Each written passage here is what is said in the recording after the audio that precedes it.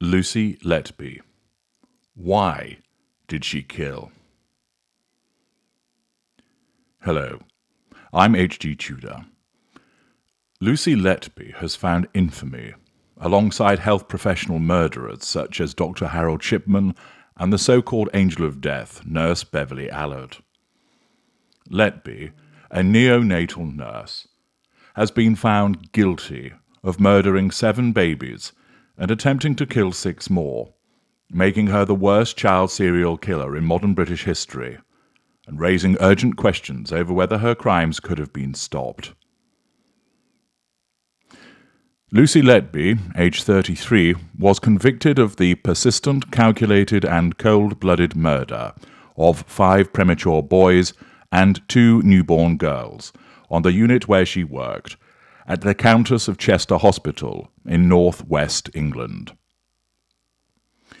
As government ministers ordered an independent inquiry into how Letby was able to carry out her horrifying campaigns, a whistleblower stated that he believed babies would have been saved if hospital executives had acted sooner on concerns about the nurse. Letby was in her mid-20s when she preyed on highly vulnerable babies between June 2015 and June 2016, often attacking them just moments after their parents or nurses had left their side. Police were finally contacted in 2017, and she was arrested in 2018. Her victims included 2 identical triplet brothers killed within 24 hours of each other, a newborn weighing less than 1 kilogram who was fatally injected with air, and a girl born 10 weeks premature who was murdered on the 4th attempt. Bereaved parents gasped and wept in the public gallery as the verdicts were delivered over several dramatic days at Manchester Crown Court after one of the longest-running murder trials in recent times. Outside court, parents of the victims said justice had been served, but that no conviction would take away from the extreme hurt, anger, and distress that we have all had to experience.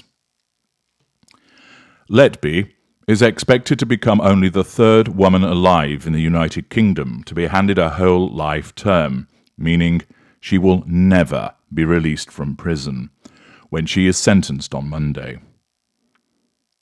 Police believe Letby may have harmed more babies during her 6-year career as a children's nurse, and have launched a helpline for parents to call to report concerns.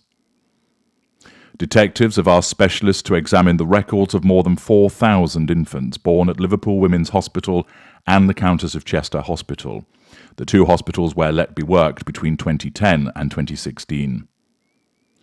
One mother said on Friday night that she believed Letby attacked her newborn son a day after she made a complaint about an inappropriate comment by the nurse.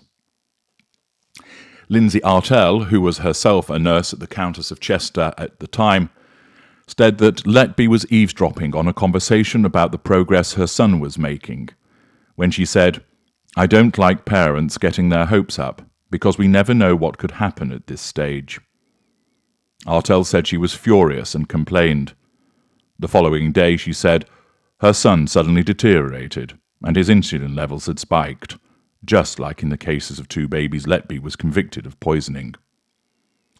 She said police had investigated her son's decline, but decided not to bring charges. Pascal Jones, the senior prosecutor at the Crown Prosecution Service, said Letby's attacks were a complete betrayal of the trust placed in her, and that she had perverted her learning and weaponized her craft to inflict harm, grief, and death. Letby refused to return to court to hear the later verdicts, but at an earlier verdict hearing had bowed her head and sobbed, while her mother Susan cried loudly and said, "You cannot be serious. This cannot be right." The trial heard how Letby murdered newborns by injecting air into their tiny bodies, in some cases shattering their diaphragms, or in one case by pushing a tube down an infant's throat. She tried to kill 2 babies by lacing their feeding bags with insulin. DCI Nicola Evans of Cheshire Constabulary described her as a calculated and callous killer who had acted under a cover of trust. She said Lucy Letby was operating in plain sight.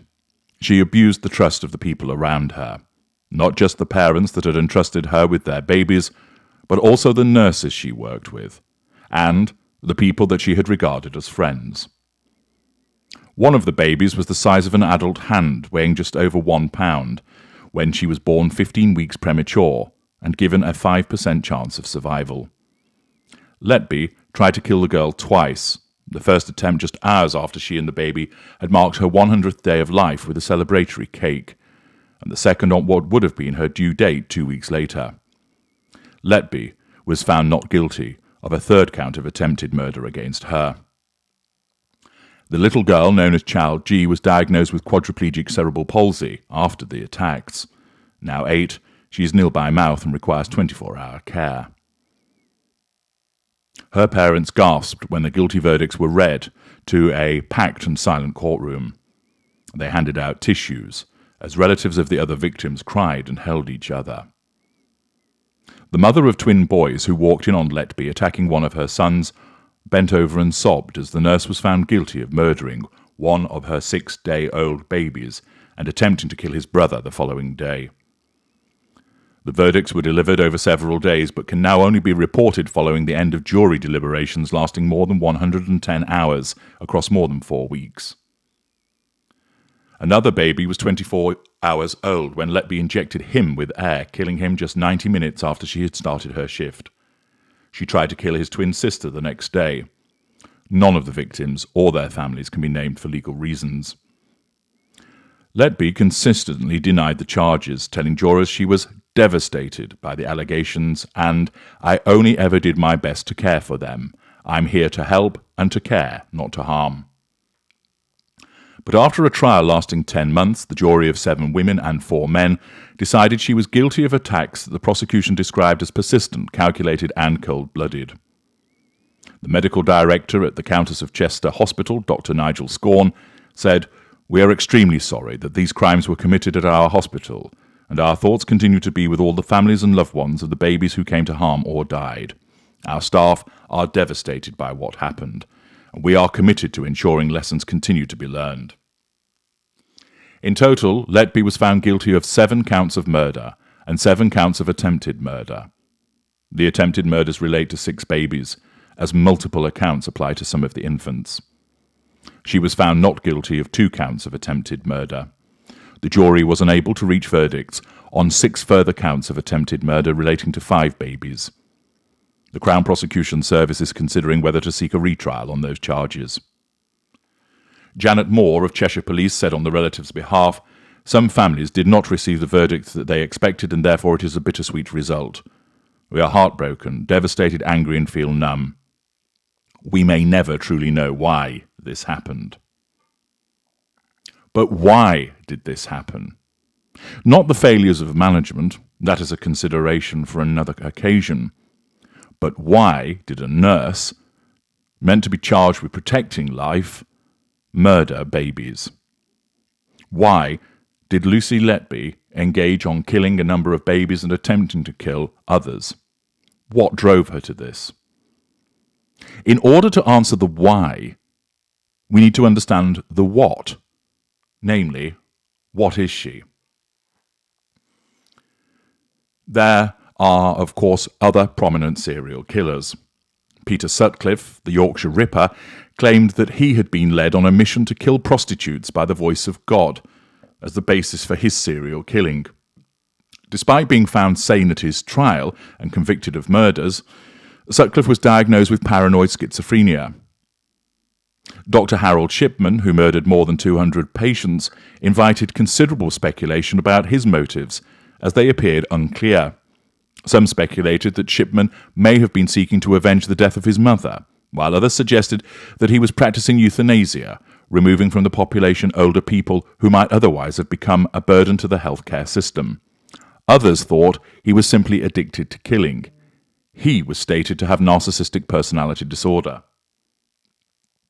Ted Bundy murdered over 30 women, and experts have several theories as to what events in his life may have triggered this behavior.